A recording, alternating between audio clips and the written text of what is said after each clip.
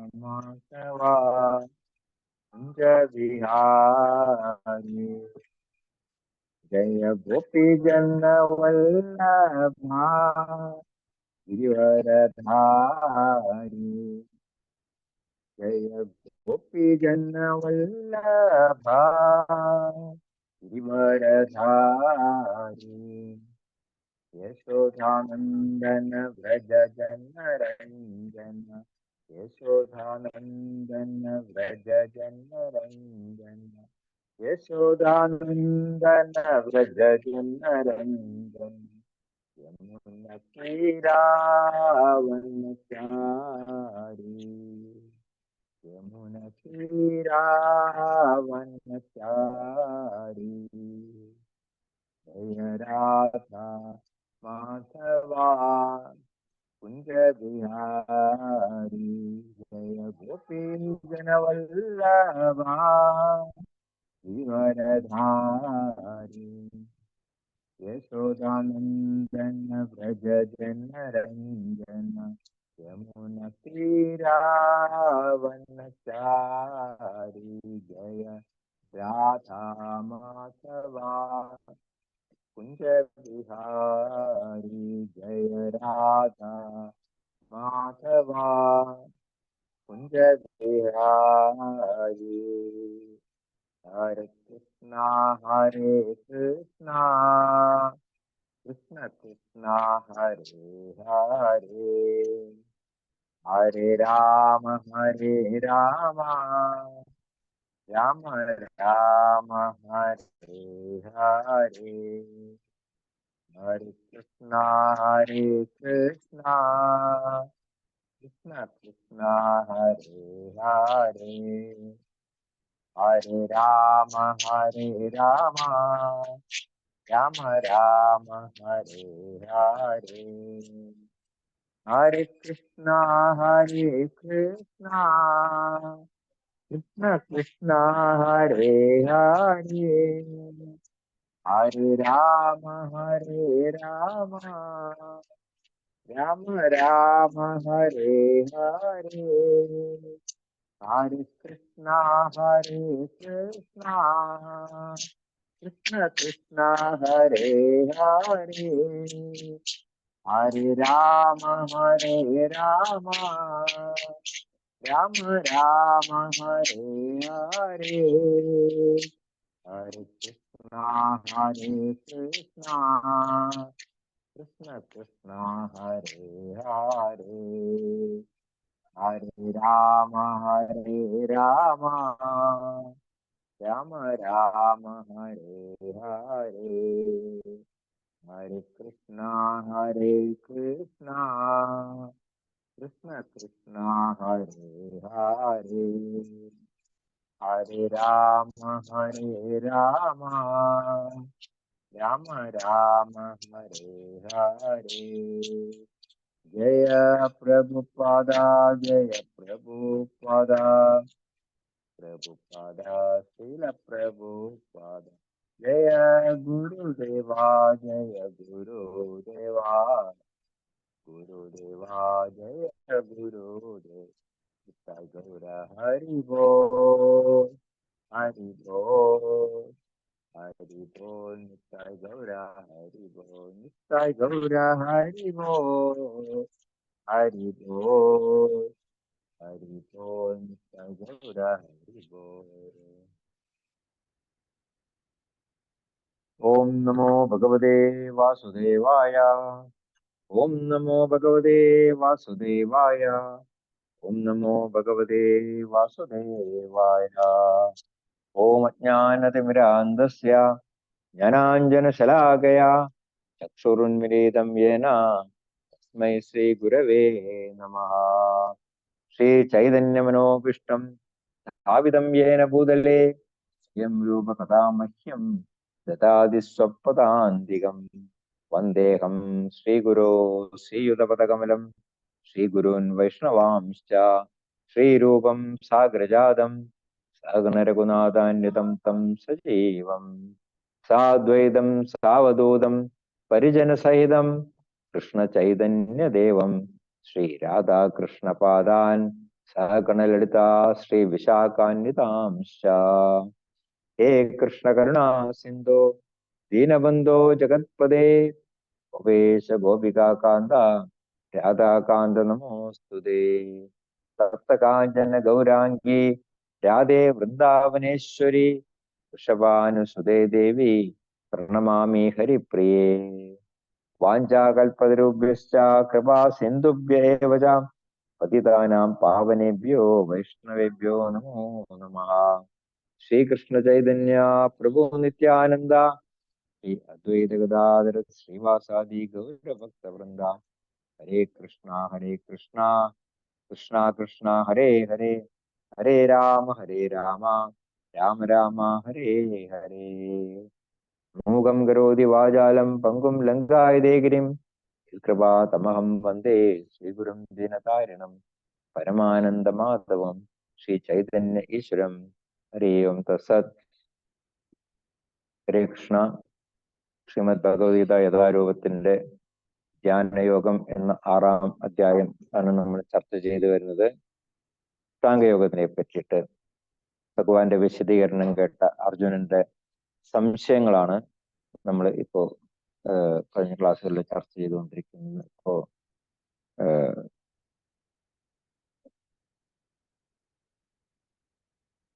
അർജുനൻ തന്റെ സംശയങ്ങളെ തുടരുകയാണ് ചെയ്യുന്നത്. 35-ാമത്തെ ശ്ലോകത്തില്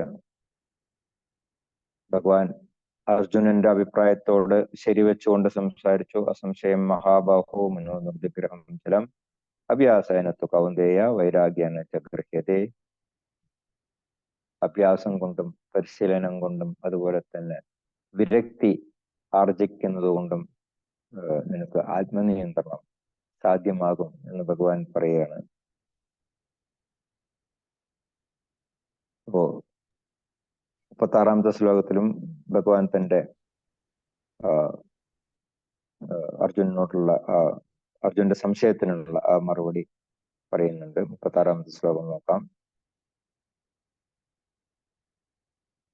അസംശയാത്മനാ യോഗോ ദുഷ്പ്രാപ ഇതി മേ മതിഃ വശ്യാത്മനാ തു യതതാ ശക്യോ അവാപ്തുമുപായതഃ. അസംശയാത്മനാ യോഗോ ദുഷ്പ്രാപ ഇതി മേ മതിഃ വശ്യാത്മനാ തു യതതാ ശക്യോ അവാപ്തുമുപായതഃ. അസംശയാത്മനാ യോഗോ ദുഷ്പ്രാപ ഇതി മേ മതിഃ വശ്യാത്മനാ തു യതതാ ശക്യോ അവാപ്തുമുപായതഃ. ഹരേ കൃഷ്ണ. നമോ ഭഗവതേ വാസുദേവായ. അസംയതാത്മനാ യോഗോ ദുഷ്പ്രാപ ഇതി മേ മതിഃ പശ്യാത്മനാ തു യതതാ ശക്യോ വാപ്തുമുപായതഃ. ഹരേ കൃഷ്ണ. ഹരേ കൃഷ്ണ. ഓം നമോ ഭഗവതേ വാസുദേവായ. അസംശയാത്മനാ യോഗോ ദുഷ്പ്രാപ ഇതി മേ മതിഃ അസംശയതാത്മനാ യോഗ ദുഷ്പ്രാപ ഇതി മേ മതിഃ വശ്യാത്മനാ തു യതതാ വശ്യാത്മനാ തു യതതാ ശക്യോ അവാപ്തുമുപായതഃ. ഹരേ കൃഷ്ണ ഗുരുജി. ഹരേ കൃഷ്ണ. ഓം നമോ ഭഗവതേ വാസുദേവായ. അസംയതാത്മനാ യോഗോ ദുഷ്പ്രാപ ഇതി മേ മതിഃ വശ്യാത്മനാ തു യതതാ ശക്യോ അവാപ്തുമുപായതഃ. ഹരേ കൃഷ്ണ. ഹരേ കൃഷ്ണ. ഓം നമോ ഭഗവതേ വാസുദേവായ. അസംയതാത്മനാ യോഗോ ദുഷ്പ്രാപ ഇതി മേ മതിഃ പശ്ചാത്മനാ തു യതതാ ശക്യോ അവാപ്തുമുപായതഃ. ഹരേ കൃഷ്ണ. ഓം നമോ ഭഗവതേ വാസുദേവായ. അസംയതാത്മനാ യോഗോ ദുഷ്പ്രാപ ഇതി മേ മതിഃ വശ്യാത്മനാ തു യതതാ ശക്യോ അവാപ്തുമുപായതഃ. ഹരേ കൃഷ്ണ. ഹരേ കൃഷ്ണ. ഓ നമോ ഭഗവതേ വാസുദേവായ. അസംയതാത്മനോ യോഗോ ദുഷ്പ്രാപായിതി മേ മതിഃ. പശ്യാത്മനാ തു യതഥാ ശക്യോ അവാപ്തുപായതഃ. ഹരേ കൃഷ്ണ. ശ്രീല പ്രഭുവാരുടെ വിവർത്തനവും ഭാവാർത്ഥവും. അസംശയാത്മന യോഗ ആത്മസാക്ഷാത്കാരം ദുഷ്പ്രാപ ഇതി പ്രയാസമേറിയതാണ് എന്നാണ് മേ മതിഹി എന്റെ അഭിപ്രായം. തു എന്നാൽ വശ്യാത്മനഃ മനസ്സിനെ കീഴടക്കി യതത വേണ്ടും വിധത്തിൽ ശ്രമിക്കുന്നവനാകട്ടെ ഉപായതഃ മുൻ പറഞ്ഞ ഉപായം അനുസരിച്ച് അവാപ്തും ശക്യഃ വിജയം നിശ്ചയമാണ് താൻ. മനോനിയന്ത്രണം ഇല്ലാത്തവന് ആത്മസാക്ഷാത്കാരം പ്രയാസമേറിയതാണ് എന്നാണ് എൻ്റെ അഭിപ്രായം. എന്നാൽ മനസ്സിനെ കീഴടക്കി വേണ്ടും വിധത്തിൽ ശ്രമിക്കുന്നവനാകട്ടെ മുൻ പറഞ്ഞ ഉപായം അനുസരിച്ച് വിജയം നിശ്ചയമാണ് താൻ. ഇപ്പൊ ഈ മുൻ പറഞ്ഞ ഉപായം എന്താണ്? അതാണ് യോഗം.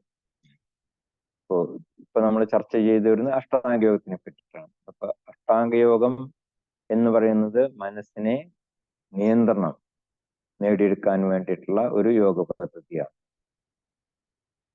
പക്ഷെ അതിന്റെ പ്രയോജനം കിട്ടണം എന്നുണ്ടെങ്കിൽ നമ്മൾ അതിന്റെ ആ എൻഡ് പോർഷൻ, അതായത് ആത്മസാക്ഷാത്കാരം, അതിലേക്ക് എത്തണം. പക്ഷെ മനസ്സിന് നിയന്ത്രണം കൈവരിക്കാൻ സാധിച്ചില്ല എന്നുണ്ടെങ്കിലോ ഈ വെറുതെ ഈ യോഗ കാട്ടിക്കൂട്ടുന്നതുകൊണ്ട് യാതൊരു പ്രയോജനവുമില്ല. അപ്പോ ഏറ്റവും പ്രധാനം എന്താണ്? ഒന്ന് ഭക്തി, പിന്നൊന്ന് വിരക്തി. അപ്പോ നമ്മുടെ ഭൗതിക പ്രവർത്തനങ്ങളിൽ നിന്ന് നമ്മളുടെ മനസ്സിനെ നമുക്ക് പിന്തിരിപ്പിക്കാൻ സാധിക്കണം. അത് സാധിക്കാത്തത്തോളം കാലം നമ്മൾ ഒരു തരത്തിലുള്ള രോഗികളാണ് എന്നാണ് ശ്രീല പ്രഭുപാദരുടെ ഭാവാർത്ഥത്തിന്റെ തുടക്കത്തിൽ തന്നെ പറയുന്നത്. രോഗികളാവുമ്പോൾ നമ്മൾ എന്ത് ചെയ്യണം? നമ്മൾ അസുഖം മാറാനായിട്ട് നമ്മൾ മരുന്ന് കഴിക്കണം. അപ്പോ മരുന്ന് കഴിക്കാതെ നമുക്ക് രോഗം മാറ്റാനായിട്ട് പറ്റില്ല. അപ്പൊ നമ്മളുടെ ഈ മനോനിയന്ത്രണം കൈവരിക്കാനുള്ള ഒരു ട്രീറ്റ്മെന്റ് ആണ് ഈ സാങ്കേയോഗ പദ്ധതി ഭഗവാൻ ഇവിടെ ചർച്ച ചെയ്യുന്നത്. പക്ഷേ മനോനിയന്ത്രണം സാധിക്കാത്തവന് ഇത് പ്രയാസമേറിയതാണ് എന്നാണ് ഭഗവാൻ പറയുന്നത്. പക്ഷെ മനോനിയന്ത്രണം സാധിച്ചവനോ ഈ അഷ്ടാംഗയോഗ പദ്ധതി കൊണ്ട് തീർച്ചയായിട്ടും വിജയം കൈവരിക്കാനായിട്ട് സാധിക്കും. ഇപ്പൊ മനോനിയന്ത്രണം സാധിക്കാതെ വെറുതെ നമ്മൾ യോഗ ചെയ്യാന്നുണ്ടെങ്കിൽ അത് ഏതുപോലെയാണെന്നാണ് ശ്രീല പ്രഭുപാദര് ഇവിടെ പറയുന്നത്. ഒരു ഉദാഹരണം പറയുന്നത്, അതായത് മുകളിൽ നിന്ന് വെള്ളം ഒഴിച്ചുകൊണ്ട് ചുവട്ടിൽ തീ എരിക്കാൻ പാടുപെടുന്നത് പോലെയാണ്. നമ്മൾ വെറുതെ യോഗ ചെയ്യാണ്, പക്ഷെ അതിന്റെ കൂടെ തന്നെ നമ്മൾ ഭൗതികമായിട്ടുള്ള പ്രവർത്തനങ്ങളിൽ ഏർപ്പെട്ടുകൊണ്ടിരിക്കുകയാണ്. അത് ഏതുപോലെയാണ്? നമ്മൾ ഒരു വിറക് കത്തിക്കുകയാണ്, പക്ഷെ അതിന്റെ മുകളിൽ ഇങ്ങനെ വെള്ളം ഒഴിച്ചുകൊണ്ടിരിക്കുകയാണ്. അപ്പൊ എത്ര തന്നെ കത്തിച്ചാലും യാതൊരു പ്രയോജനമില്ല, വിറക് കത്തില്ല. കാരണം നമ്മൾ മുകളിൽ വെള്ളം ഒഴിച്ചു കൊണ്ടേയിരിക്കുകയാണ്. അപ്പൊ നമ്മൾ എപ്പോ വെള്ളം ഒഴിക്കുന്നത് നിർത്തിയിട്ട് ആ വിറക് ഡ്രൈ ആകുന്നു, അപ്പം മാത്രമേ ആ വിറക് കത്തി തുടങ്ങുള്ളൂ. അപ്പൊ അതുപോലെ തന്നെയാണ് നമ്മൾ ഭൗതിക പ്രവർത്തനങ്ങളിൽ നിന്ന് നമ്മൾ വിരക്തി ആർജിക്കാതെ ഒരിക്കലും നമുക്ക് ആത്മീയ പുരോഗതി സാധ്യമാകില്ല എന്നുള്ളതാണ് ഇവിടെ ശ്രീല പ്രഭുപാദര് പറയുന്നത്. അപ്പോ ശ്രീല പ്രഭുപാദര് പ്രത്യേകം പറയുന്നുണ്ട്, മനോനിയന്ത്രണം ഇല്ലാത്ത യോഗാനുഷ്ഠാനം വെറുതെ സമയം പാഴാക്കലാണ്. അതുകൊണ്ട് യാതൊരു പ്രയോജനം കിട്ടില്ല. ശ്രമ ഏവൈഹി കേവലം. അപ്പോ ഒരു ഭക്തൻ എന്ത് ചെയ്യണം? ഭക്തൻ മനസ്സിനെ നിരന്തരമായിട്ട് ഭഗവാനോടുള്ള ആ പ്രേമപൂർവമായിട്ടുള്ള ഭക്തിയുത സേവനത്തിൽ ഏർപ്പെടുത്തിയിട്ട് മനസ്സിനെ വശീകരിക്കണം. മനസ്സിനെ ആരോട് വശീകരിക്കണം? ഭഗവാൻ കൃഷ്ണനോട് വശീകരിക്കണം. അതായത് കൃഷ്ണാബോധത്തിൽ മുഴുകാതെ നമുക്ക് ആർക്കും തന്നെ മനസ്സിനെ തുടർച്ചയായിട്ട് നിയന്ത്രിക്കാനായിട്ട് സാധിക്കില്ല. കുറച്ചു നേരത്തേക്ക് ചിലപ്പോ യോഗ ക്ലാസ്സിലൊക്കെ കാണാം. ഇപ്പോ നിങ്ങൾ ഈ യോഗ ചുരുങ്ങിയ പക്ഷം ഈ യോഗ ക്ലാസ്സിൽ വരുന്ന ദിവസങ്ങളുണ്ടെങ്കിലും നിങ്ങൾ അത് ചെയ്യാൻ പാടില്ല. അതായത് ചായ കുടിക്കാൻ പാടില്ല, കാപ്പി കുടിക്കാൻ പാടില്ല, മാംസാഹാരം പാടില്ല, അങ്ങനെയൊക്കെ അവർ പറയും. പക്ഷെ അത്രയും ദിവസം മാത്രമേ അതിന്റെ പ്രയോജനം കിട്ടുന്നുള്ളൂ. നമ്മൾ ആ യോഗ ക്ലാസ് നിർത്തിക്കഴിഞ്ഞാൽ വീണ്ടും നമ്മൾ പഴയതുപോലെ ഇപ്പൊ ശബരിമലയ്ക്കൊക്കെ പോകുന്നവര് കണ്ടിട്ടില്ലേ? ഇപ്പൊ 41 ദിവസം വ്രതം എടുത്ത് അവര് മാംസാഹാരമൊക്കെ നിർത്തിയിട്ട് അങ്ങനെ മലയ്ക്ക് പോയിട്ട് അവിടെ ചെന്ന് കെട്ടിറക്കി കഴിഞ്ഞിട്ടുണ്ടെങ്കിലോ പിന്നെ വീണ്ടും അവിടെ നിന്നാണ് മീൻ കിട്ടുക എന്നുള്ളത് നോക്കും. അപ്പോ അതുപോലെയാണ് ഇത് ഈ യോഗ പദ്ധതി എന്ന് പറയുന്നത്. വെറുതെ സമയം പാഴാക്കിയിട്ട് നമ്മൾ കാര്യമില്ല. എന്താണ് നമ്മളുടെ ആ ലക്ഷ്യം എന്നുള്ളതിനെ കുറിച്ച് നമ്മൾ എപ്പോഴും ബോധവാന്മാരാകണം. അപ്പോ ഇവിടെ പ്രഭുവാർ അവസാനിപ്പിക്കുന്നത് എങ്ങനെയാണ്? അഷ്ടാംഗയോഗം പരിശീലിക്കുന്ന ഒരു വ്യക്തിക്ക് വിജയം കൈവരിക്കണം എന്നുണ്ടെങ്കിൽ അവര് കൃഷ്ണാവബോധന്മാരാകണം. അല്ലാതെ വെറുതെ അഷ്ടാംഗയോഗം ചെയ്തുകൊണ്ട് യാതൊരു പ്രയോജനമില്ല. അപ്പൊ ഭഗവാനോട് പറയുന്നത് എന്താണ്? ചുരുക്കി പറഞ്ഞാൽ ഈ യോഗാനുഷ്ഠാനം എന്ന് പറയുന്നത് ഒരു പ്രയാസമുള്ള കാര്യമല്ല. പക്ഷേ നമ്മൾ മനസ്സിനെ നിയന്ത്രിക്കാൻ സാധിച്ചാൽ മാത്രമേ അതുകൊണ്ടുള്ള നമുക്ക് പ്രയോജനം കിട്ടുള്ളൂ. അതിനെന്താണ്? നമ്മൾ നിരന്തരമായിട്ടുള്ള കൃഷ്ണാവബോധ പ്രവർത്തനം, അതായത് കീർത്തനം, പ്രസാദ സേവ, ആരതി, ഭഗവാന് വേണ്ടിയിട്ട് നൈവേദ്യം ഉണ്ടാക്കുക, അങ്ങനെയുള്ള ആ ഭക്തിയുതമായിട്ടുള്ള കാര്യങ്ങളിൽ നമ്മൾ നമ്മളുടെ മനസ്സിനെ എപ്പോഴും എൻഗേജ് ചെയ്യിക്കുമ്പോൾ നമുക്ക് നമ്മുടെ മനസ്സിനെ കൺട്രോൾ ചെയ്യാനായിട്ട് സാധിക്കും. അതിന് നമ്മൾ എന്ത് ചെയ്യണം? നമ്മളൊരു ആധ്യാത്മിക ഗുരുവിനെ നമ്മൾ ഫോളോ ചെയ്യണം, ആധ്യാത്മിക ഗുരുവിനെ സ്വീകരിക്കണം, അദ്ദേഹത്തിനെ ഫോളോ ചെയ്യണം. അതുപോലെ തന്നെ സാധുജനങ്ങളുമായിട്ടുള്ള സംസർഗം നമുക്ക് വേണം. പിന്നെ എന്താണ് നമ്മളുടെ വൈദിക ഗ്രന്ഥങ്ങളിൽ പറഞ്ഞത്, ഭഗവത്ഗീത, ഭാഗവതം, അത് നമ്മൾ പൂർണ്ണമായിട്ടും ഉൾക്കൊള്ളുകൊണ്ട് അത് നമ്മൾ നമ്മുടെ ജീവിതത്തിൽ നമ്മൾ പ്രാവർത്തികമാക്കണം. അപ്പൊ നമുക്ക് യമനിയമങ്ങളെല്ലാം നമ്മൾ ആചാര്യന്മാർ പറഞ്ഞു തന്നിട്ട് എന്തൊക്കെ ചെയ്യാൻ പാടില്ല, എന്തൊക്കെ ചെയ്യാം, അതെല്ലാം നമ്മൾ വേണ്ട രീതിയിൽ നമ്മൾ അത് പാലിക്കുമ്പോൾ നമുക്ക് തീർച്ചയായിട്ടും മനോനിയന്ത്രണം സാധിക്കും എന്നുള്ളതാണ് ഭഗവാൻ ഈ ശ്ലോകത്തിൽ പറയുന്നത്. അപ്പോ വീണ്ടും അപ്പൊ അർജുനന് സംശയം. അർജുന ഉവാച, 37ാമത്തെ ശ്ലോകം. അയതി ശ്രദ്ധയോപേതോ യോഗാശ്ചലിതമാനസഃ അപ്രാപ്യ യോഗ സംസിദ്ധിം കാം ഗതി കൃഷ്ണ ഗച്ഛതി. അർജുന ഉവാച അയതി ശ്രദ്ധയോപേതോ യോഗാശ്ചലിതമാനസഃ അപ്രാപ്യ യോഗ സംസിദ്ധിം കാ ഗതിം കൃഷ്ണ ഗച്ഛതി. അർജുന ഉവാച അയതി ശ്രദ്ധയോപേതോ യോഗാശ്ചലിതമാനസഃ അപ്രാപ്യ യോഗ സംസിദ്ധിം കാം ഗതിം കൃഷ്ണ ഗച്ഛതി. ഹരേ കൃഷ്ണ. ഓം നമോ ഭഗവതേ വാസുദേവായ. അർജുനോവാച ആയതി ശ്രദ്ധയോപേതോ യോഗാചലിതമാനസഃ അപ്രാപ്യ യോഗ സംസിദ്ധിം കാം ഗതിം കൃഷ്ണ ഗച്ഛതി. ഹരേ കൃഷ്ണ. ഹരേ കൃഷ്ണ. അർജുന ഉവാച അയതി ശ്രദ്ധയോപേതോ യോഗാചലിതമാനസഃ അപ്രാപ്യ യോഗ സംസിദ്ധിം കാം ഗതി കൃഷ്ണ ഗച്ഛതി. ഹരേ കൃഷ്ണ. ഹരേ കൃഷ്ണ. അർജുന ഉവാച അയതിം ശ്രദ്ധയോപേതോ യോഗാചലിതമാനസഃ അപ്രാപ്യ യോഗ സംസിദ്ധിം കാം ഗതിം കൃഷ്ണ ഗച്ഛതി. ഹരേ കൃഷ്ണ. അർജുന ഉവാച അയതി ശ്രദ്ധയോപേതോ യോഗാചലിതമാനസഃ അപ്രാപ്യ യോഗ സംസിദ്ധിം കാം ഗതിം കൃഷ്ണ ഗച്ഛതി. ഹരേ കൃഷ്ണ. ഹരേ കൃഷ്ണ. അർജുന ഉവാച ആയതീം ശ്രദ്ധയോപേതോ യോഗാചരിതമാനസഃ അപ്രാപ്യ യോഗ സംസിദ്ധിം കാം ഗതിം കൃഷ്ണ ഗച്ഛതി. ഹരേ കൃഷ്ണ.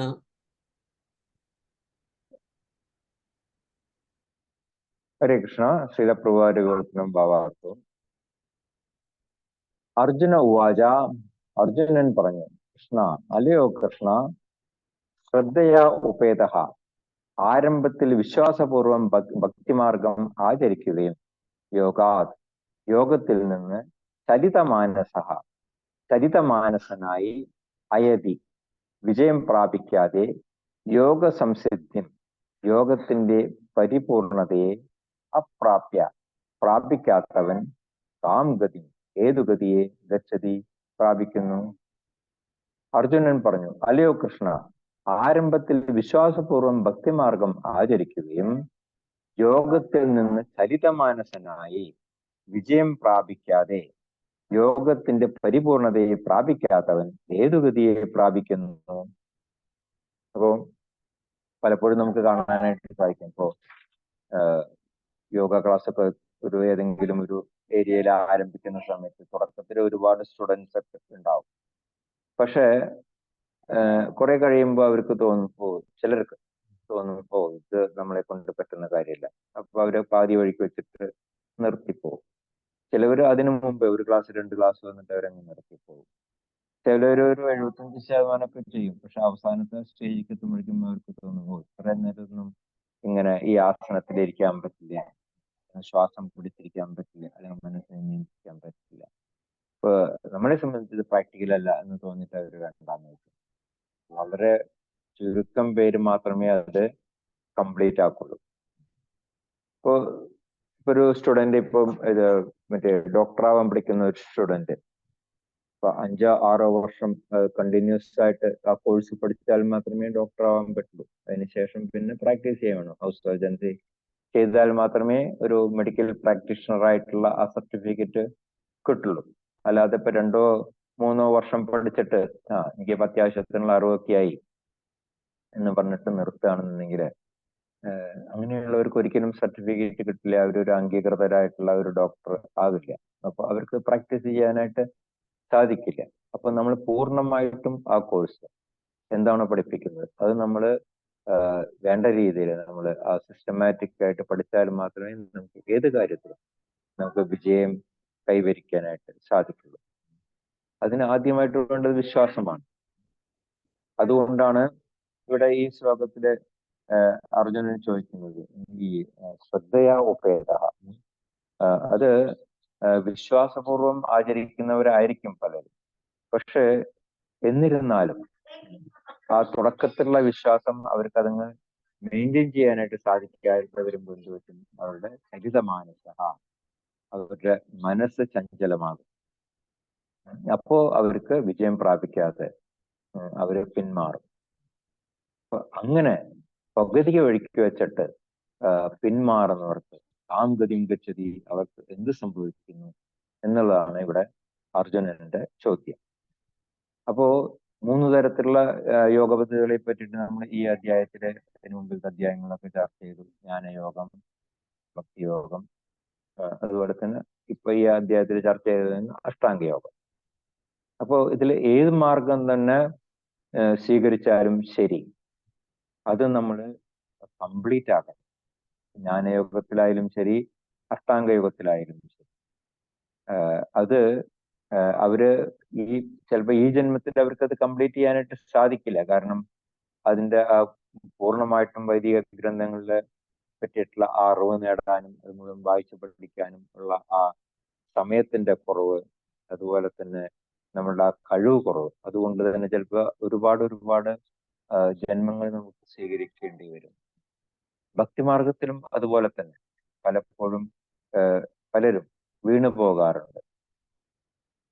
ഭഗവാൻ തന്നെ അടുത്ത അധ്യായത്തിൽ പറയുന്നുണ്ട്, ക്ഷാണാം സഹസ്രേഷു കശ്ചിത് യതതി സിദ്ധയേ യതാമപി സിദ്ധാനാം കശ്ചിന്മാം വേത്തി തത്വതഃ. അതായത് ഇപ്പൊ ആയിരക്കണക്കിന് ആളുകളിൽ ചിലപ്പോൾ ഒരാൾ മാത്രമേ പൂർണ്ണത നേടാനായിട്ട് ബുദ്ധിമുട്ടുന്നുണ്ടാവുള്ളൂ. അങ്ങനെ ആ പൂർണ്ണത നേടിയ ഒരാളും ചിലപ്പോ അത് കംപ്ലീറ്റ് ആയിക്കൊള്ളണമെന്നില്ല. വളരെ 1-2 പേര് മാത്രമേ എന്നെ പൂർണ്ണമായിട്ടും മനസ്സിലാക്കുന്നവരുള്ളൂ. ഈ തുടക്കത്തിൽ 1000 പേരുണ്ടായിരുന്നു എന്നുണ്ടെങ്കിലും അവസാനമാകുമ്പോഴത്തേക്കും അത് ഒരാളായിട്ട് ചുരുങ്ങുന്നു എന്നാണ് ഭഗവാനോട് ആ ശ്ലോകത്തിൽ പറയുന്നത്. അപ്പൊ ആ ഒരു സംശയമാണ് ഇവിടെ അർജുനൻ പ്രകടിപ്പിക്കുന്നത്. യോഗാചലിത മാനസ. അങ്ങനെ ചിലർക്ക് ആധ്യാത്മിക പുരോഗതിയിൽ കുറച്ച് വിശ്വാസമുണ്ട്. പക്ഷെ അവർ പകുതി വഴിക്ക് വെച്ചിട്ട് എങ്ങനെയോ നിർത്തിപ്പോകുന്നു. അപ്രാപ്യയോഗ സംസിദ്ധി. അതായത് പരമസത്യത്തെ കുറിച്ച് അറിയാം. എന്താണ് ഈ പരമസത്യം എന്ന് പറയുന്നത്? നാം ഈ ശരീരമല്ല, നാം ആത്മാവാണ്. അപ്പൊ ആ ആത്മാവാകുമ്പോ നമ്മുടെ മുകളിൽ ഒരാളുണ്ടല്ലോ അല്ലെ, പരമാത്മാവ്. അപ്പോ ആ പരമാത്മാവ് ആരാണ്? നാമും പരമാത്മാവും തമ്മിലുള്ള ബന്ധം എന്താണ്? ഇത് മനസ്സിലാക്കി പിന്നെ അതിനെ നമ്മൾ പ്രയോജനപ്പെടുത്തണം. ആ ബന്ധം മനസ്സിലാക്കിക്കൊണ്ട് കാര്യമില്ല, അതിനെ നമ്മൾ പ്രയോജനപ്പെടുത്തണം. അപ്പോ എങ്ങനെ പ്രയോജനപ്പെടുത്താം? അതിനാണ് നമ്മൾ ഈ യോഗ പദ്ധതികൾ അനുഷ്ഠിക്കുന്നത്. അഷ്ടാംഗയോഗം, ജ്ഞാനയോഗം, ഭക്തിയോഗം. അതിൽ ഏറ്റവും ഉത്തമമായിട്ടുള്ളത് ഭക്തിയോഗമാണ് എന്ന് ശ്രീരാപ്രഭുപാദർ ഭാവാർത്ഥത്തിൽ പറയുന്നുണ്ട്. അപ്പോ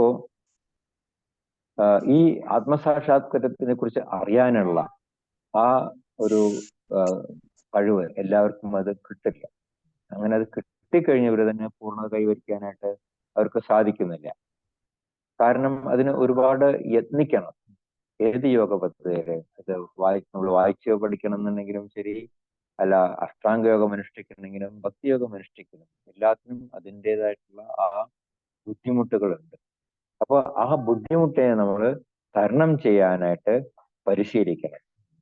അതിനെന്ത് വേണം? ഭഗവാനോടുള്ള ഭക്തി, ഭൗതിക കാര്യങ്ങളോടുള്ള വിരക്തി. പക്ഷെ പൊതുവെ മനുഷ്യരെല്ലാവരും ആഹാരം, നിദ്ര, ഭയമൈതും, അതായത് ഭക്ഷണം കഴിക്കുക, ഉറങ്ങുക, അതുപോലെ തന്നെ സ്വയം രക്ഷ നേടുക, അല്ലെങ്കിൽ മൈഥുനം, ഇണചേരുക, ഈ 4 കാര്യങ്ങളിലാണ് എല്ലാവർക്കും പൊതുവെ താല്പര്യം. അതെല്ലാം ജന്തുസഹജമായിട്ടുള്ള കാര്യങ്ങളാണ് എന്നുള്ളതാണ് അഥർവവേദത്തിൽ പറയുന്നത്. സാമാന്യമേത് പശുപേരുന്നവരാണ്. അതെല്ലാം ജന്തുസഹജമായിട്ടുള്ള കാര്യങ്ങളാണ്. നമ്മൾ അതിനു വേണ്ടിയിട്ട് സമയം പാഴാക്കുമ്പോൾ നമ്മൾ എന്ത് പറ്റും? നമ്മളും പശുപേർ സമാന, നമ്മള് ജന്തുക്കൾക്ക് സമാനമാകും. പക്ഷേ ആത്മസാക്ഷാത്കാരത്തിലേക്കുള്ള വഴി എന്താണെന്നുള്ളത് നമുക്ക് ഭഗവത്ഗീതയിൽ ഭഗവാൻ വളരെ വ്യക്തമായിട്ട് പറഞ്ഞു തരുന്നു. എന്താണത്? താൻ ഈ ശരീരമല്ല, താൻ ശരീരത്തിൽ നിന്ന് ഭിന്നനാണ്. യഥാർത്ഥ സുഖം എന്ന് പറയുന്നത് ആ സച്ചിദാനന്ദ സ്വരൂപനായിട്ടുള്ള ആ ഭഗവാനെ കുറിച്ചുള്ള ആ അറിവ് നേടലാണ്. അതിനെയാണ് ആത്മസാക്ഷാത്കാരം എന്ന് പറയുന്നത്. അപ്പോ ഇത്രയും കാര്യങ്ങള് മനസ്സിലാക്കി കഴിഞ്ഞാൽ തന്നെ നമ്മൾ പകുതി വഴി പിന്നു. പക്ഷേ ഇവിടെ അർജുനന്റെ ചോദ്യം കുറച്ചുകൂടെ ഒരു ഉയർന്ന തലത്തിലാണ്. അതായത് ഭക്തിയോഗത്തിൽ തന്നെയായാലും പലപ്പോഴും വീഴ്ചയ്ക്കുള്ള സാധ്യതയുണ്ട്. നമുക്ക് തന്നെ അറിയാം, പല ഭക്തന്മാരും സന്യാസി ലെവലിലെത്തിയവര് വരെ പലപ്പോഴും അവർ വീണു പോകുന്നുണ്ട്.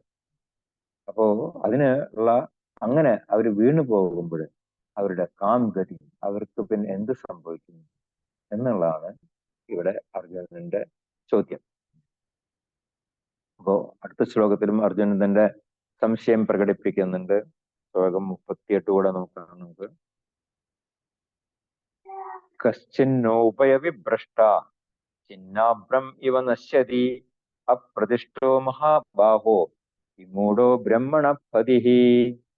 കശ്ചിന്നോപയവിഭ്രഷ്ട ചിന്നാഭ്രം ഇവ നശ്യതി അപ്രതിഷ്ഠോ മഹാബാഹോ വിമൂഢോ ബ്രഹ്മണപതിഃ. കശ്ചിന്നോപയവിഭ്രഷ്ട ചിന്നാഭ്രം ഇവ നശ്യതി അപ്രതിഷ്ഠോ മഹാബാഹോ വിമൂഢോ ബ്രഹ്മണപതിഃ.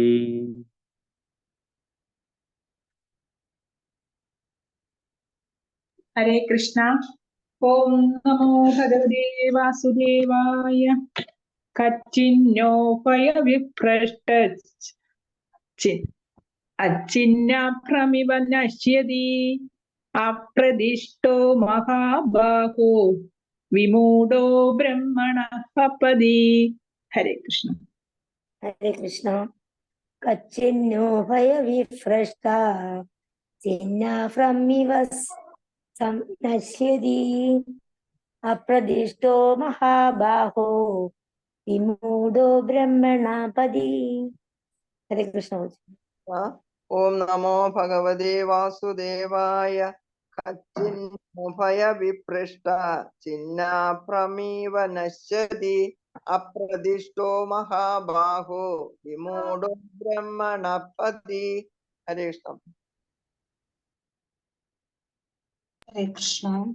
കച്ചിന്നോ ഭയവിഹൃഷ്ട ചിന്നാഭ്രമമിവ നശ്യതി അപ്രതിഷ്ഠോ മഹാബാഹോ വിമൂഢോ ബ്രഹ്മണാപതി. ഹരി ഹരേ കൃഷ്ണ. ശ്രീലപ്രഭാരുടെ വൃത്തവും ഭാവാർത്ഥവും. മഹാബാഹോ, ഹേ മഹാബാഹുവായ കൃഷ്ണ, ഉഭയഭ്രഷ്ട, അങ്ങനെ ലൗകിക സുഖത്തിൽ നിന്നും അതീന്ദ്രിയയുടെ മാർഗത്തിൽ നിന്നും ഭ്രഷ്ടനായി തീർന്ന ഒരാൾ ബ്രഹ്മണ, യോഗത്തിന്റെ പതി, പന്താവിൽ അപ്രതിഷ്ഠ, സ്ഥിരതയില്ലാത്തവനായി, വിമൂഢ, വിമൂഢനായിട്ട്, ചിന്നാഭ്രം ഇവ, ഛിന്ന ഭിന്നമായി പോയ മേഘത്തെ പോലെ, കശ്ചിത് ന നശ്യതി, നശിക്കയില്ലേ. ഹേ മഹാബാഹുവായ കൃഷ്ണ, അങ്ങനെ ലൗകിക സുഖത്തിൽ നിന്നും അതീന്ദ്രിയതയുടെ മാർഗത്തിൽ നിന്നും ഭ്രഷ്ടനായി തീർന്ന ഒരാൾ യോഗത്തിന്റെ പന്താവിൽ സ്ഥിരതയില്ലാത്തവനായി, വിമൂഢനായിട്ട്, ഛിന്ന ഭിന്നമായി പോയ മേഘത്തെ പോലെ നശിക്കയില്ലേ. അതാണ് അർജുനന്റെ സംശയം. അപ്പൊ അങ്ങനെ വീഴ്ച പറ്റുന്നവര് നശിച്ചു പോകാനുള്ള സാധ്യത. കാരണം അവർക്ക് രണ്ടിടത്തും എത്താൻ പറ്റില്ല. അവർക്ക് ഭൗതിക പുരോഗതിയും നേടാൻ, പുരോഗതി എന്ന് രണ്ട് തരത്തിലാണ്. ഒന്ന് ഭൗതികമായിട്ടുള്ള പുരോഗതി, നമുക്ക് കാണാം ഇപ്പൊ നമ്മുടെ ഈ ഭൗതിക ലോകത്തില് എല്ലാവരും ഭൗതിക പുരോഗതിയുടെ പിറകെയാണ്. അപ്പോ ഭൗതികമായിട്ടുള്ള പുരോഗതി അല്ലെങ്കിൽ ആധ്യാത്മികമായിട്ടുള്ള പുരോഗതി. അപ്പോ ഭൗതികവാദികൾ എന്ന് പറയുന്നവര് എപ്പോഴും ഭൗതിക പുരോഗതിയുടെ പിറകെയാണ്. എങ്ങനെ കൂടുതൽ പണം ആർജിക്കാം, നമുക്ക് മാത്രമല്ല, നമ്മുടെ അടുത്ത തലമുറ, അതിനടുത്ത തലമുറ, അതിനു വേണ്ടിയിട്ട് നമ്മൾ യത്നിക്കുന്നവരാണ് ഭൗതികവാദികൾ. പക്ഷെ ആധ്യാത്മികവാദികൾ അതല്ല. ആധ്യാത്മികവാദികൾ അവര് ആധ്യാത്മിക പുരോഗതി, ആത്മാവിന് സുഖം കിട്ടുന്ന പ്രവൃത്തികൾ എന്തൊക്കെയാണ്, എപ്രകാരം നമുക്ക് ഈ ഭൗതിക ശരീരം ത്യജിക്കുമ്പോൾ നമുക്ക് ആത്മശരീരം സ്വീകരിക്കാനും സാധിക്കും എന്നുള്ളതിനെ പറ്റിയിട്ട് ചിന്തിക്കുന്നവരാണ് ആധ്യാത്മികവാദികൾ. അപ്പൊ രണ്ടു തരത്തിലുള്ള പുരോഗതി, ഭൗതിക പുരോഗതിയും ആധ്യാത്മിക പുരോഗതി. അപ്പോൾ ഭൗതികവാദികൾക്ക് എപ്പോഴും സാമ്പത്തിക അഭിവൃദ്ധി, എങ്ങനെ കൂടുതൽ പണം ഉണ്ടാക്കാം എന്നുള്ളതാണ് അവരുടെ താല്പര്യം. പിന്നെ അത് മാത്രമല്ല, ഈ സ്വർഗലോകവാസം, ഈ ശരീരം തിരിച്ച് അതിനെങ്ങനെ സ്വർഗത്തിൽ പോകാം, അതിനെ കുറിച്ചിട്ടാണ് അവര് എപ്പോഴും ചിന്തിച്ചുകൊണ്ടിരിക്കുക. പക്ഷെ ആധ്യാത്മികവാദികൾ ഒരിക്കലും സ്വർഗത്തെ പറ്റിപ്പെട്ട് പോലും അവര് ചിന്തിക്കുന്നില്ല. കാരണം ആധ്യാത്മികവാദികളെ സംബന്ധിച്ച് സ്വർഗസുഖം പോലും അത് വെറും ഈ കല്ല് പോലെയാണ്. അവര് കല്ലിനോടാണ് താരതമ്യപ്പെടുത്തുന്നത്. പക്ഷെ അവരുടെ ലക്ഷ്യം എപ്പോഴും ആത്മീയ ലോകത്തിലേക്ക് ഇങ്ങനെ പോകാം എന്നുള്ളതാണ്. അപ്പോ ഇവിടെ ഈ ശ്ലോകത്തില് ചിന്നാഭ്രം ഇവ, അതായത് ഈ ചെതറിപ്പോകുന്ന കാർമേഘത്തെ പോലെ ആവില്ലേ, അതുപോലെ അവർ നശിച്ചു പോകില്ലേ എന്നുള്ളതാണ് അർജുനന്റെ ചോദ്യം. അപ്പോ എന്താണ് ചിന്നാഭ്രം എന്ന് പറഞ്ഞിട്ടുണ്ടെങ്കിൽ, പലപ്പോഴും നമുക്ക് ആകാശത്ത് കാർമേഘം കാണാം. പക്ഷെ കുറച്ച് കഴിയുമ്പോൾ ആ കാർമേഘമൊക്കെ അങ്ങോട്ടും ഇങ്ങോട്ടും സ്പ്രെഡായിട്ട് പോയിട്ടുണ്ടാവും. ഈ ചാണക്യ പണ്ഡിതൻ നീതിശാസ്ത്രത്തിലെ ഒരു ശ്ലോകം പറയുന്നുണ്ട്, ചിലപ്പോൾ ഈ രാവിലെ നല്ല ഇടിയും മഴയും ഒക്കെ ഉണ്ടാവും. അപ്പൊ ഇടിവെട്ടമൊക്കെ കേൾക്കുമ്പോൾ നോക്കും, ഇന്ന് നല്ലൊരു മഴ ദിവസമാണാലോ എന്ന് നമുക്ക് തോന്നും. പക്ഷെ കുറച്ച് കഴിയുമ്പോൾ, സൂര്യൻ ഉദിച്ചു കഴിയുമ്പോൾ മേഘമൊക്കെ അങ്ങൊന്നും പോയി ഇടിയുമെല്ലാം അവസാനിക്കും. അപ്പോ നമ്മൾ രാവിലെ വിചാരിക്കും ഗംഭീര മഴയാണ്, അന്നത്തെ ദിവസം മഴയുണ്ടായില്ല. നല്ല തെളിഞ്ഞ മേഘവും തെളിഞ്ഞ ആകാശവും നല്ല സൂര്യനും ഒക്കെ ആകും. അപ്പോ 4 കാര്യങ്ങളാണ് ഈ ശ്ലോകത്തിൽ ചാണക്യ പണ്ഡിതൻ പറയുന്നത്. അതായത് ഋഷിശ്രാദ്ധേ അജായുദ്ധേ പ്രഭാതേ മേഘകർജനം ദാമ്പത്യ കലഹേ ചൈവ ബഹ്വാരംഭേ ലഘുക്രിയ. പ്രഭു ഒരു ലെക്ചറിൽ ഈ ശ്ലോകം കൂട്ടിയിട്ട് പറയുന്നുണ്ട്. അതായത് ഋഷിശ്രാദ്ധ, ഇപ്പൊ ഈ കാട്ടില് അല്ലെങ്കിൽ മലമുകളിലൊക്കെ താമസിക്കുന്ന മുനിമാര്, അവരിപ്പം മരിച്ചു കഴിഞ്ഞിട്ടുണ്ടെങ്കിൽ എന്താവും, കൂടെയുള്ള ഋഷിമാര് എവിടെ നിന്നേലും കുറച്ച് പൂവൊക്കെ പറിച്ചു കൊണ്ടുവന്ന് അവര് അങ്ങനെ തന്നെ ചിലവര് ഗംഗയിൽ വലിച്ചെറിയും, ചിലരെ അവിടെ തന്നെ അവിടെ ഉണങ്ങിക്കിടക്കുന്ന വൃക്ഷങ്ങളൊക്കെ എടുത്തു കൂട്ടിയിട്ട് അവരെ ദഹിപ്പിച്ച് കളയും. അതൊട്ട് തീർന്നു. പിന്നെ ആ തുടക്കത്തില് വലിയ ആരംഭമൊക്കെ ആയിട്ട് ഒരു വലിയ ഘോഷമൊക്കെ ആയിട്ട് അത് ഇപ്പൊ ഈ ഭാഗത്തൊക്കെ കാണാം. അതായത് ഒരു മൃതശരീരം കൊണ്ടുപോകുമ്പോൾ കീർത്തനമൊക്കെ ആയിട്ടാണ് കൊണ്ടുപോകുന്നത്. പക്ഷെ തിരിച്ചു വരുമ്പോൾ കീർത്തനൊന്നും ഉണ്ടാകില്ല. അപ്പോ തുടക്കത്തിൽ വലിയ ഗ്രാൻഡായിട്ട് നടത്തി, പക്ഷെ അവസാനമാകുമ്പോഴത്തേക്കും അത് എല്ലാവരും മറന്നു പോകും. പിന്നെ അജായുദ്ധം, ഈ രണ്ട് ആടുകൾ കൂടിയിട്ട് ഇടികൂടുന്ന കണ്ടത്, തല വെച്ച് അവർ അങ്ങോട്ടും ഇടിക്കുന്ന കാണുമ്പോൾ ഒരു തല പൊട്ടിപ്പോലെ എന്ന് നമുക്ക് തോന്നും. പക്ഷെ 5 മിനിറ്റ് കഴിയുമ്പോൾ അവർ അങ്ങോട്ടും ഇങ്ങോട്ടും സ്നേഹത്തോട്ട് നിന്ന് പുല്ല് നിന്ന് കാണും. പിന്നെ അതുപോലെ തന്നെ പ്രഭാത മേഘഗർജന, ഈ രാവിലത്തെ മേഘഗർജന, അത് പ്രത്യേകിച്ച് പ്രയോജനമൊന്നും ഉണ്ടാവില്ല, അത് അതേപോലെ ചെയ്യും. പിന്നെ ദാമ്പത്യ കലഹിച്ചേവ്, ഇപ്പോ ഫാമിലിയിലാണെന്നുണ്ടെങ്കിൽ ഭാര്യയും ഭർത്താവും തമ്മിലുള്ള വഴക്ക്, ഇപ്പോ അതിൽ അയൽക്കാരോട് അപകടപ്പെടുകയാണെന്നുണ്ടെങ്കിൽ അവര് മാറിപ്പോകുകയുള്ളൂ. കാരണം അവരുടെ വഴക്ക് അതേപോലെ അങ്ങ് തീരുകയും ചെയ്യും. അപ്പൊ ഈ ബഹ്വാരംഭ ലഘുക്രിയ, അതായത് ഈ പറഞ്ഞ 4 കാര്യങ്ങളും അത് തുടക്കത്തെ വലിയ ഘോഷമൊക്കെ ആയിരിക്കും, പക്ഷെ അത് അവസാനം അങ്ങ് ഈ ചില ഈ പടക്കങ്ങളൊക്കെ അല്ലേ, നമ്മൾ തീ കൊളുത്തുമ്പോൾ തീരും, അതുപോലെയാണ്. ഇത്രയേ ഉള്ളൂ. അപ്പോ ഇവിടെ ചില പ്രവാര് ഭാവാർത്ഥത്തിൽ പറയുന്നതാണ്, ആധ്യാത്മിക മാർഗം സ്വീകരിക്കുന്ന ഒരു വ്യക്തി ഈ പ്രാപഞ്ചികമായിട്ടുള്ള കൃത്യങ്ങളിൽ നിന്ന് ഒഴിഞ്ഞു നിൽക്കും. അത് മാത്രം പോരാ, വളരെ പ്രത്യേകം എടുത്തു പറയുന്നത് സകല ഭൗതിക സുഖങ്ങളിൽ നിന്നും അവര് വിരക്തി ആർജിക്കണം എന്ന് പറയുന്നുണ്ട്. എങ്കിൽ മാത്രമേ ആധ്യാത്മിക പുരോഗതി സാധ്യമാകുകയുള്ളൂ. അല്ലാതെ രണ്ടും കൊണ്ട് ഒരിക്കലും ചേർന്ന് പോകില്ല എന്നതാണ് ശ്രീല പ്രഭുപാദര് പറയുന്നത്. പക്ഷേ എത്ര തന്നെ നമ്മൾ ആധ്യാത്മിക പുരോഗതി ആർജിക്കാൻ ശ്രമിച്ചു കഴിഞ്ഞാലും എപ്പോഴും മായയുടെ ഒരു പിടി ഉണ്ടാകും. ആധ്യാത്മിക പുരോഗതി ആർജിക്കാൻ ശ്രമിക്കുന്നവർ പോലും പലപ്പോഴും വിജയിച്ചു എന്ന് വരില്ല. അപ്പോ എന്ത് പറ്റും? അവര് ആധ്യാത്മികമായിട്ടുള്ള പുരോഗതിയും നേടിയില്ല, ഭൗതികമായിട്ടുള്ള പുരോഗതിയും നേടിയില്ല. അവര് ഈ ആകാശത്തിന് രാവിലെ കാണുന്ന മേഘത്തിനെ പോലെ അവര് ഛിന്ന ഭിന്നമായി പോകുന്നു. അതേസമയം ശ്രീലപ്രഭുപാദർ പറയുന്നുണ്ട്, പരമപുരുഷന് സ്വയം സമർപ്പിച്ച ഒരു വ്യക്തി, അയാൾക്കാണ് വിജയം കൈവരിക്കാൻ സാധിക്കുന്നത്. അവർക്ക് ബ്രഹ്മത്തിനെയോ പരമാത്മാവിനെയോ സാക്ഷാത്കരിക്കാനായിട്ട് അത്ര പ്രയാസം ഉണ്ടാവില്ല. കാരണം നമ്മൾ ഭാഗവതത്തിൽ പഠിക്കുന്നുണ്ട് അല്ലെ, വദന്തി തത്വം വിജ്ഞാനമദ്വയം ബ്രഹ്മേതി പരമാത്മേതി ഭഗവാൻ ഇതി ശബ്ദത്തെ എന്ന് പറയുന്നുണ്ട്.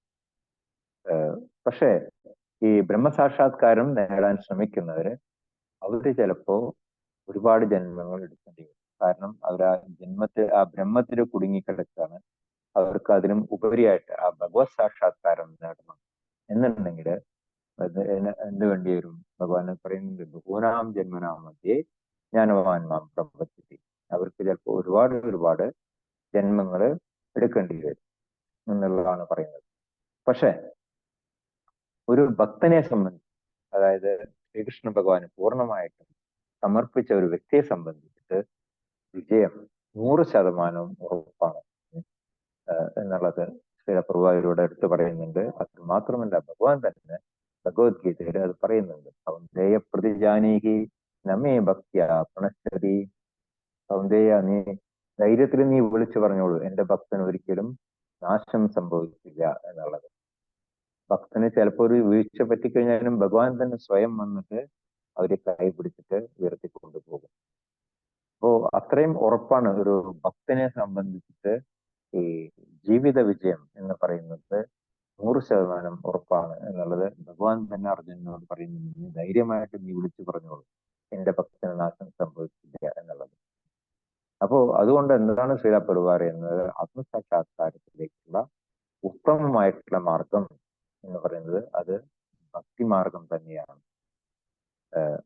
മറ്റുള്ള മാർഗങ്ങളെ കുറിച്ചിട്ട്, ജ്ഞാനമാർഗത്തിനെ കുറിച്ചിട്ടും അഷ്ടാംഗയോഗത്തിനെ കുറിച്ചിട്ടും എല്ലാം നമുക്ക് പഠിക്കാം എന്നുണ്ടെങ്കിലും നമ്മളുടെ പ്രാക്ടിക്കലായിട്ടുള്ള ലൈഫിൽ നമ്മൾ സ്വീകരിക്കേണ്ടത് ഭക്തിയോഗം തന്നെയാണ് ശ്രീലപ്രഭുപാദരുടെ വ്യക്തമായിട്ട് പറയുന്നത്. നമ്മൾ അതിനു വേണ്ടിയിട്ടാണ് നമ്മൾ ശ്രമിക്കേണ്ടത്.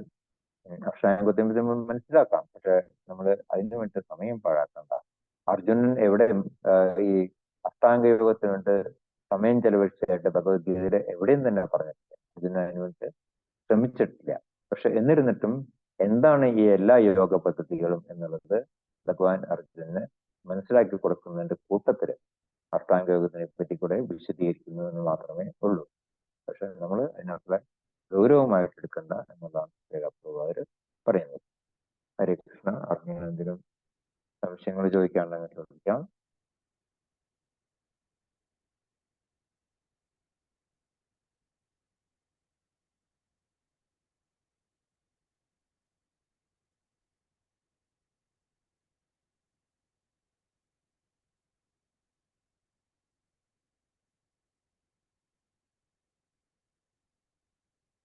ഹരേ കൃഷ്ണ.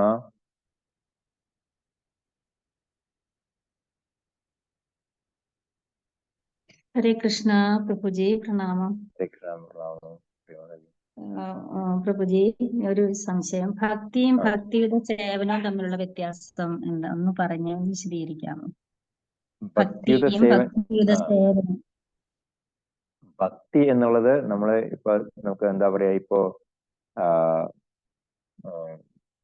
ജ്ഞാനം, അതായത് ഭഗവാനെ കുറിച്ചിട്ടുള്ള ആ അറിവ്, അതായത് 3 തരത്തിൽ നമ്മൾ പറഞ്ഞല്ലോ, ജ്ഞാനം, അതുപോലെ തന്നെ അഷ്ടാംഗയോഗം, ഭക്തിയോഗം. അപ്പൊ എന്താണ് ഭക്തി എന്നുള്ളതിനെ പറ്റിയിട്ടുള്ള വിശദീകരണത്തിനെയാണ് ഭക്തി എന്നുള്ളതുകൊണ്ട് ഉദ്ദേശിച്ചത്. അതേസമയം ഭക്തിയുത സേവനം എന്ന് പറയുന്നത് പ്രാക്ടിക്കൽ അപ്ലിക്കേഷൻ. നമ്മളിപ്പോ ഭക്തി എന്നതാണെന്ന് മനസ്സിലായി. ഇപ്പോ ഭഗവാനെ നമസ്കരിക്കണം, അല്ലെങ്കിൽ ഭഗവാന് ഇപ്പോ നൈവേദ്യം സമർപ്പിക്കണം, ഭഗവാനെ ആരതി ചെയ്യണം, ഇതൊക്കെയാണ് ഭക്തി എന്നുള്ളത് എനിക്ക് അറിയാം. അപ്പൊ എനിക്ക് എല്ലാ യോഗങ്ങളെ കുറിച്ചിട്ടും അറിയാം, എനിക്ക് ഭക്തി യോഗത്തിനെ കുറിച്ചിട്ടും അറിയാം. പക്ഷെ അതുകൊണ്ട് കാര്യമില്ല. നമുക്ക് അതിന്റെ സംബന്ധ, അഭിധേയ, പിന്നെ പ്രയോജനം, നമുക്ക് അതിന്റെ പ്രയോജനം കിട്ടണം എന്നുണ്ടെങ്കിൽ നമ്മൾ ഭക്തിയുത സേവനം അനുഷ്ഠിക്കണം. ഈ ഭക്തിയോഗത്തിൽ പറഞ്ഞിരിക്കുന്ന കാര്യങ്ങളെല്ലാം നമ്മൾ പ്രാക്ടിക്കലായിട്ട് നമ്മുടെ ജീവിതത്തിൽ നമ്മൾ അനുഷ്ഠിക്കുമ്പോഴേ അത് ഭക്തിയോഗമാകുന്നു. അതിനാണ് ഭക്തിയുത സേവനം എന്ന് പറയുന്നത്. അത് നമ്മൾ പ്രാക്ടിക്കലായിട്ട് അനുഷ്ഠിച്ചാൽ മാത്രമേ അതിന്റെ പ്രയോജനം കിട്ടുള്ളൂ. അല്ലാതെ വെറുതെ മനസ്സിലാക്കിയത് കൊണ്ട് മാത്രം കാര്യമില്ല. നമ്മുടെ നാട്ടിൽ പലരും പറയും, ഞങ്ങളൊക്കെ ഭക്തരാണ്, ഞങ്ങൾക്ക് എല്ലാം അറിയാം, ഞങ്ങൾ അമ്പലത്തിൽ പോകുന്നുണ്ട്, കൈകോക്കുന്നുണ്ട് എന്നൊക്കെ പറയും. പക്ഷെ വാസ്തവത്തിൽ അത് പോരാ. അതിലും ഉപരിയായിട്ട് നമ്മൾ ഭഗവാന് സേവനം അനുഷ്ഠിക്കണം. നമ്മുടെ ആചാര്യന്മാര്, നമ്മുടെ വലിയ വലിയ ഭക്തന്മാരൊക്കെ നമുക്ക് കാണിച്ചു തരുന്നുണ്ട്. ഭഗവത്ഗീതയിലും ഭാഗവതത്തിലും എല്ലാം അതിനെ പറ്റിയിട്ട് പറഞ്ഞിട്ടുമുണ്ട്. എപ്രകാരമാണ് നമ്മുടെ അംബരീഷ് മഹാരാജാവ് ഭക്തിയുത സേവനം അനുഷ്ഠിച്ചത്, എപ്രകാരമാണ് ഭക്തപ്രഹ്ലാദൻ ആ കുട്ടി ഭക്തിയുത സേവനം അനുഷ്ഠിച്ചത് എന്നുള്ളതെല്ലാം ഭാഗവതത്തിൽ പറഞ്ഞിട്ടുണ്ട്. ഓരോരോ ഭക്തന്മാരുടെയും ചരിത്രങ്ങൾ പറഞ്ഞിട്ടുണ്ട്. അതെല്ലാം മനസ്സിലാക്കിയിട്ട് അതേപോലെ തന്നെ അവരെ പോലെ തന്നെ നമ്മളും നമ്മുടെ ജീവിതത്തിൽ അത് പ്രാക്ടിക്കലായിട്ട് അപ്ലൈ ചെയ്യുമ്പോഴാണ് അത് യഥാർത്ഥത്തിലുള്ള ഭക്തിയോഗം അല്ലെങ്കിൽ ഭക്തിയുത സേവനം ആകുന്നത്. ഹരേ കൃഷ്ണ പ്രഭു. ബ്രഹ്മണപതിയെ കുറിച്ച് ഒന്നുകൂടെ ഒന്ന് വിശദീകരിച്ച് പറയാം. ഇപ്പം ഇതിനകത്ത് അതീന്ദ്രിയ സാക്ഷാത്കാരത്തിന് വഴിയെ കുറിക്കുന്നതാണ് ബ്രഹ്മണപതി എന്ന് പറയുന്നത്. അപ്പം അതിനെ കുറിച്ച് കുറച്ചുകൂടെ ഒന്ന് ബ്രഹ്മണപതി എന്ന് പറയുന്നത് ഈ ശ്ലോകത്തിൽ ബ്രഹ്മണ എന്ന് ഉദ്ദേശിക്കുന്ന യോഗം ആണ്, യോഗം. അപ്പോ ബ്രഹ്മണപതി എന്ന് പറഞ്ഞിട്ടുണ്ടെങ്കിൽ ആ യോഗത്തിന്റെ പന്താവ്. അതിപ്പോ ഏത് യോഗത്തിന്റെ പന്താവ്, ഇപ്പൊ ജ്ഞാനയോഗമായി കഴിഞ്ഞാലും ശരി, അഷ്ടാംഗ യോഗമായി കഴിഞ്ഞാലും ശരി, ഭക്തി യോഗമായി കഴിഞ്ഞാലും ശരി, അതില് നമ്മൾ ഉറച്ചു നിൽക്കണം. എങ്കിലും നമുക്ക് പുരോഗതി ഉണ്ടാവുള്ളൂ. അല്ലാതെ നമ്മൾ അതിൽ നിന്ന് പകുതി വഴിക്ക് വെച്ചിട്ട് പിന്മാറി പോവുകയാണെന്നുണ്ടെങ്കിൽ നമുക്ക് ഒരിക്കലും ഏത് യോഗപദ്ധതിയിലും ശരി അതിന്റെ പ്രയോജനം കിട്ടില്ല. ഇപ്പോ ജ്ഞാനമാർഗം സ്വീകരിച്ചു കഴിഞ്ഞാലും ശരി, അവർ മുന്നോട്ട് തന്നെ പോയിക്കൊണ്ടിരിക്കണം, അതിൽ നിന്ന് പിന്മാറാൻ പാടില്ല.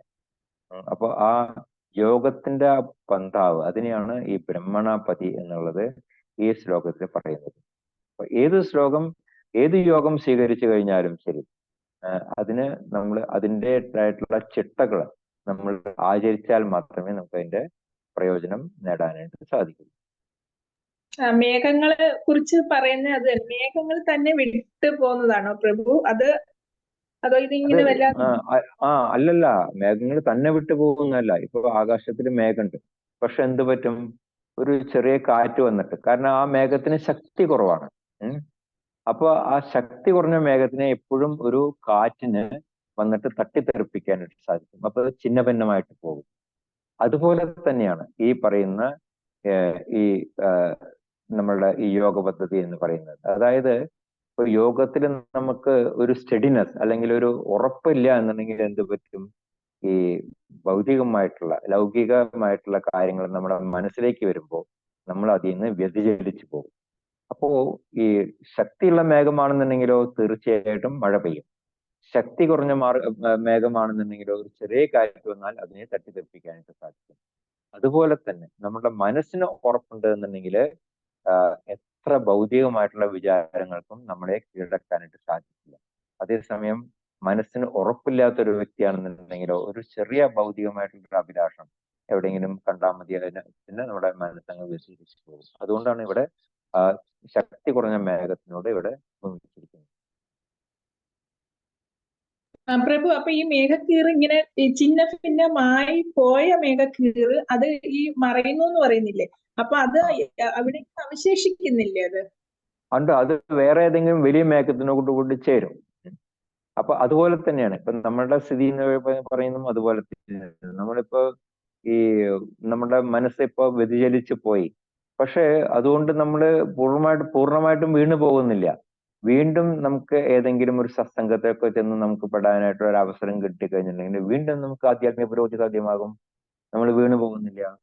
ഏതെങ്കിലും ഒരു ഭക്തനെ കണ്ടുമുട്ടി ആ ഭക്തന്റെ അടുത്തുനിന്ന് 2 വാക്ക് ഭഗവാനെ പറ്റി കേട്ട് കഴിയുമ്പോൾ ഈ അബദ്ധം പറ്റിയല്ലോ, ഞാൻ വീണ്ടും ഭക്തി മാർഗത്തിലേക്ക് വരാം എന്നുള്ളത് അങ്ങനെയുള്ളവർക്ക് തോന്നും.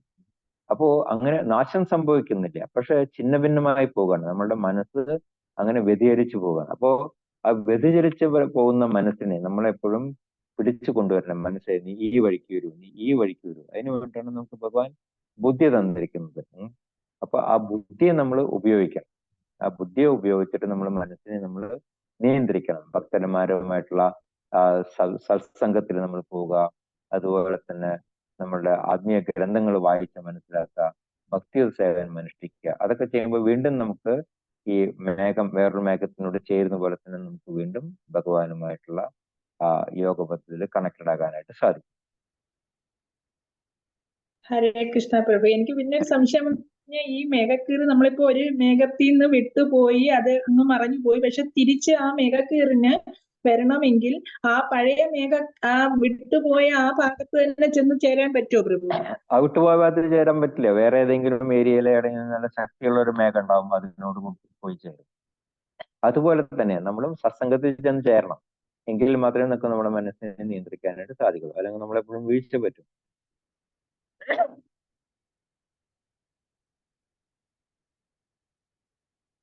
ഹരേ കൃഷ്ണ. ഹരേ കൃഷ്ണ. കൃഷ്ണ പ്രഭുജി, ഈ മേഘക്കീറ് ഛിന്ന ഭിന്നമായി പോകുമെന്നോ അതിനെന്ത് സംഭവിക്കുന്നതല്ലേ അർജുനൻ ചോദിച്ചിരിക്കുന്നത്? അപ്പൊ ഭഗവാൻ എന്താ പറയുന്നത്?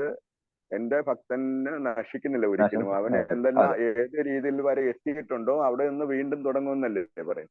അതെ അതെ. അപ്പൊ അതുപോലെ തന്നെ ഭക്തിയുടെ കാര്യത്തില്, ഭക്തി എന്ന് പറഞ്ഞാൽ ഒറ്റ വാക്കിന്റെ അർത്ഥം ഭഗവാനുള്ള ആസക്തി എന്നല്ലേ? അതെ. ഭക്തി പരേശാനുഭവ വിരക്തി, അതായത് ഭൗതികമായിട്ടുള്ള കാര്യങ്ങളിൽ നിന്നുള്ള വിരക്തിയാണ് ഭക്തി എന്ന് പറയുന്നത്.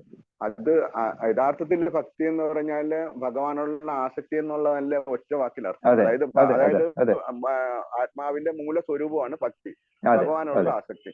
അപ്പൊ ഭക്തി വേണമെങ്കിൽ ഭക്തിയുത സേവനം വേണം. ഭക്തിയുത സേവനമില്ലാതെ ഭക്തി ഉണ്ടാവില്ല, ഭക്തി ഇല്ലാതെ ഭക്തിയുത സേവനം ഉണ്ടാവില്ല.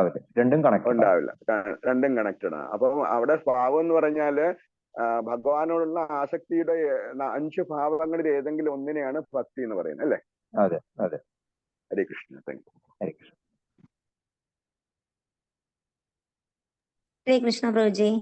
പ്രഭുജി, ഇപ്പൊ എനിക്ക് 47 വയസ്സുണ്ട്. അപ്പം നമ്മൾ ഇത്ര ലേറ്റ് ആയിട്ടാണ് ഭക്തിയിൽ കയറിയത്. നമുക്ക് ഈ ഭക്തിയിൽ വരാൻ ഭഗവാൻ അനുവദിച്ചത് തന്നെ കഴിഞ്ഞ ജന്മത്ത് ഈ ഭക്തിയായിട്ട് എന്തെങ്കിലും ബന്ധമുള്ളത് കൊണ്ടായിരിക്കുമോ? തീർച്ചയായിട്ടും നമ്മളുടെ മുൻ ജന്മങ്ങളുടെ നമ്മളുടെ ക്യാരി ഫോർവേഡ് അത് അവിടെ നിന്ന് തുടരാൻ വേണ്ടിയിട്ട് നമുക്ക് ഭഗവാൻ വീണ്ടും ഒരു അവസരം തരികയാണ്. 47 അത്ര വൈകിട്ടൊന്നും പറയാൻ പറ്റില്ല. പക്ഷെ ചില കുട്ടികളുണ്ട് വളരെ ചെറുപ്പത്തിലെ തന്നെ ഇതിൽ വരുന്നത്. അതെ, അവർക്ക് അത് എളുപ്പത്തിൽ സാധിച്ചു. പക്ഷെ നമുക്ക് പിന്നെയും കുറച്ച് കർമ്മങ്ങൾ ബാക്കി ഉണ്ടായിരുന്നു. അപ്പൊ അത് തീർന്നിട്ട് വീണ്ടും നമ്മൾ ആ മാർഗത്തിലേക്ക് വന്നിരിക്കുകയാണ്. ജന്മത്തിൽ ഇത് തുടർന്ന് പോകാൻ പറ്റുമായിരിക്കും അല്ലേ? തീർച്ചയായിട്ടും തീർച്ചയായിട്ടും.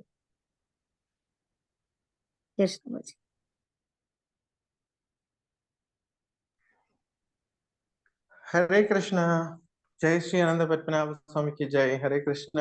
എന്തെങ്കിലും ഡൗട്ട് ഉണ്ടെങ്കിൽ ചോദിച്ചാട്ടെ.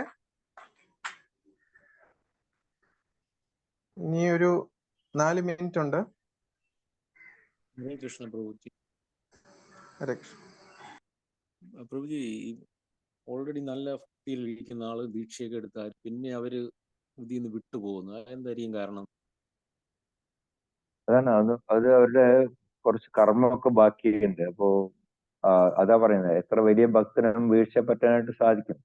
അതിന് ശ്രീല പ്രഭുപാദർ തന്നെ എപ്പോഴും സന്യാസി ആയതിനു ശേഷം പോലും പ്രഭുപാദർ എപ്പോഴും ഭഗവാനോട് പ്രാർത്ഥിച്ചതെന്നാണ് എനിക്ക് വീഴ്ച പറ്റല്ലേ എന്നുള്ളത്. അപ്പൊ ആ മായ എന്ന് പറയുന്നത് അത്രയും സ്ട്രോങ് ആണ്. അപ്പൊ നമ്മള് വളരെ ഒരു ലിഷറായിട്ട് അങ്ങനെ എടുത്തിട്ടുണ്ടെങ്കിൽ നമുക്ക് അതിനെ പിടിച്ചു നിൽക്കാനായിട്ട് സാധിച്ചൊന്നും വരില്ല. നമ്മൾ അത്രയും സീരിയസ് ആയിട്ട് ഭക്തിമാർഗം ആചരിക്കണം. പലരും വിചാരിക്കും ഈ ഭക്തിമാർഗം വളരെ എളുപ്പത്തിൽ ആചരിക്കാം. അത് പറ്റില്ല, ഇത് വീഴ്ച പറ്റാനുള്ള സാധ്യതകളുണ്ട്. അപ്പൊ നമുക്ക് എപ്പോഴും നമ്മളുടെ ഓരോ പ്രവൃത്തിയിലും നമ്മളുടെ മനസ്സിൽ ആ ഒരു ചിന്തയുണ്ടാവണം, എനിക്ക് വീഴ്ച പറ്റരുത് എന്നുള്ളത്. വീഴ്ച പറ്റാനായിട്ട് പോകുന്നത് തോന്നുകയാണെങ്കിൽ നമ്മൾ ഉടനെ നമ്മുടെ മനസ്സിനെ നമ്മൾ നിയന്ത്രിക്കണം. മനോനിയന്ത്രണം ഈ അധ്യായത്തിൽ ഏറ്റവും പ്രാധാന്യം കൊടുത്തിരിക്കുന്നത് അതാണ്, മൈൻഡ് കൺട്രോൾ, മനോനിയന്ത്രണം. അപ്പൊ മനോനിയന്ത്രണം കൈവരിക്കുക എന്നുള്ളതാണ് ഏറ്റവും പ്രധാനം. ഭൗതിക വിഷയങ്ങളിൽ നിന്ന് മനസ്സിനെ പിന്തിരിപ്പിക്കുക. അത് സാധിക്കാത്തവന് എപ്പോഴും വീഴ്ച പറ്റുന്നുള്ളതാണ് ഇവിടെ പ്രത്യേകം പറയുന്നത്. അപ്പോൾ ദീക്ഷ എടുക്കുന്നതുകൊണ്ട് കാര്യമില്ല. മനോനിയന്ത്രണം ഇല്ല എന്നുണ്ടെങ്കിൽ എത്ര വലിയ ദീക്ഷ എടുത്തായാലും അല്ലെങ്കിൽ സന്യാസിയായാലും ശരി, അവർക്കും വീഴ്ച പറ്റും. വളരെ ചെറിയ ഭക്തൻ പോലും വളരെ എളുപ്പത്തിൽ പുരോഗമിക്കുന്നതാണ്. അപ്പോ അതിനെല്ലാം മനസ്സിന്റെ നിയന്ത്രണമാണ് ഏറ്റവും പ്രധാനം. അപ്പൊ അതിനുവേണ്ടി നമ്മൾ ഉദ്യമിക്കണം. Hare Krishna. Hare Krishna. Thank you. Hare Krishna Prabhuji. 1 minute കിട്ടുമല്ലോ അല്ലേ? കിട്ടും. ഒന്നുകൂടെ ഞാനൊന്ന് എന്റെ മനസ്സിലുള്ള ഒന്നുകൂടെ ഒന്ന് ക്ലാരിഫൈ ചെയ്യാൻ വേണ്ടിയാണ്. ചോദിക്കൂ. അതായത് നമ്മളുടെ ഭക്തിമാർഗത്തിൽ വന്നു, ദീക്ഷ എടുത്തതിന് ശേഷമാണ് നമ്മൾ യഥാർത്ഥത്തിൽ സാധന ഭക്തി തുടങ്ങുന്നത് അല്ലേ? ശരിയായിട്ടുള്ള. അപ്പൊ സാധന ഭക്തി തുടങ്ങുക എന്ന് പറഞ്ഞാൽ പരിശീലിക്കുകയാണ്. ഭക്തി എങ്ങനെ സേവനം ചെയ്യാൻ പറ്റുമെന്നുള്ള ഭക്തി പരിശീലിക്കുകയാണ്. ആ പരിശീലിക്കുന്നതിന്റെ കൂടെ തന്നെ ആഗ്രഹങ്ങൾ വെച്ച് പുലർത്തുകയും ചെയ്യുന്നത്. അതായത് 10ാമത്തെ നമ്മുടെ നാമാപരാധം, 10ാമത്തെ നാമപരാധം, അതായത് അതിന്റെ കൂടെ തന്നെ രണ്ടും പാരലായിട്ട് കൊണ്ടുപോയിരിക്കുന്ന ഒരു വ്യക്തിക്ക് ഒരിക്കലും ഭഗവാനോടുള്ള ആസക്തി വരില്ല. അപ്പൊ അങ്ങനെ ആസക്തി വരാതിരിക്കുമ്പോൾ ആഗ്രഹങ്ങൾ എന്ന് നമ്മുടെ മനസ്സിൽ നിന്ന് മാറുന്നു, അന്ന് മാത്രമേ ഭഗവാനോടുള്ള ആസക്തി വരും. ആസക്തി ഇല്ലാതെ ഭഗവാന്റെ ഭക്തി കൊണ്ടുപോകാൻ പറ്റില്ല. രണ്ടും കൂടെ പാരലായിട്ട് കൊണ്ടുപോകാൻ പറ്റില്ല. ശരി പ്രഭു? അതാണ് എക്സാക്ട്ലി അതാണ്. ഹരേ കൃഷ്ണ പ്രഭു.